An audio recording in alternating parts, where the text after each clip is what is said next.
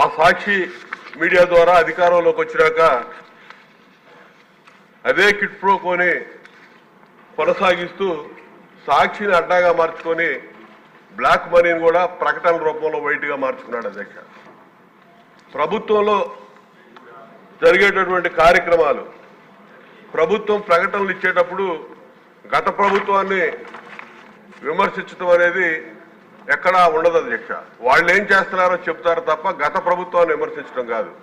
కానీ వీళ్ళు చేసే ప్రతి ప్రకటనలో కూడా 14 నుంచి 19 వరకు ఉన్నటువంటి చంద్రబాబు నాయుడు గారి ప్రభుత్వాన్ని విమర్శిస్తూ ఇచ్చిన ప్రకటనలకే ఇప్పుడు ప్రభుత్వం అందజేసిన లెక్కల ప్రకారం మొత్తం 5 ఏళ్లలో 859 కోట్ల పైచీలకు ఖర్చు పెట్టినట్టు ప్రకటనలు, వార్తాపత్రికల ప్రకటనలు ఖర్చు పెట్టినట్టు ఇప్పుడు వివరాలు ఇచ్చారు అధ్యక్ష. ఇంతేకాదు అధ్యక్ష, ఇక్కడ ఈ వార్తాపత్రికలు ఒక సాక్షి మీడియాకే 300 కోట్ల పైన ఖర్చు పెట్టారు అధ్యక్ష.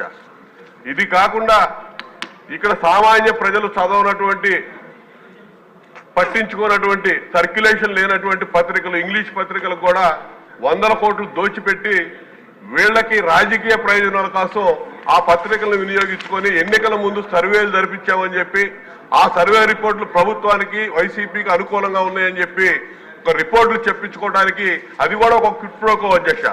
ఆ విధంగా 100 కోట్ల రూపాయలు ఆ రోజు దండుకున్నారు అధ్యక్ష ఈ పత్రికా ప్రకటన ద్వారా. ఇప్పుడు ప్రభుత్వం మంత్రి గారు ఇచ్చినటువంటి ఖర్చు అయితే కేవలం పత్రికలకు ఇచ్చినటువంటి ప్రకటనల ఖర్చు ఇచ్చారు అధ్యక్ష. ఇది కాకుండా డిజిటల్ కార్పొరేషన్ ఒకటి ఏర్పాటు చేసి దాదాపు 120 కోట్ల పైన ఆ కార్పొరేషన్ కి అప్పచెప్పారు అధ్యక్ష. ఐ డ్రీమ్ అనే ఒక చెత్త యూట్యూబ్ ఛానల్ అధిపతిగా ఉన్నటువంటి వాసుదేవరెడ్డిని ఈ డిజిటల్ కార్పొరేషన్ కి ఎండీగా పెట్టి వాళ్ళకి దోచిపెట్టి సాక్షి మీడియాలో ఉన్నటువంటి సిబ్బందిని ఇందులో పెట్టి జీతాలు కూడా ప్రభుత్వం ప్రజల సొమ్ము చెల్లించినటువంటి పరిస్థితులు ఇక్కడ ఉన్నాయి అధ్యక్ష. ఇవన్నీ కూడా పూర్తి స్థాయి విచారణ జరపాలి అధ్యక్ష. విచారణ జరిపితే గానీ ఎవరు, ఎందుకంటే భారతదేశంలో ప్రజాస్వామ్యంలో ఎవరు కూడా ఈ విధంగా పత్రికా ప్రకటనలు ఇవన్నీ ఒక ఎత్తు అయితే, నీలి మీడియా, కూలి మీడియాని అడ్డం పెట్టుకొని కొన్ని ఛానల్స్ కూడా 100 కోట్ల రూపాయలు దోచిపెట్టినటువంటి పరిస్థితులు ఉన్నాయి అధ్యక్ష. ఇవన్నీ వెలికి తీయాల్సిన అవసరం ఉంది.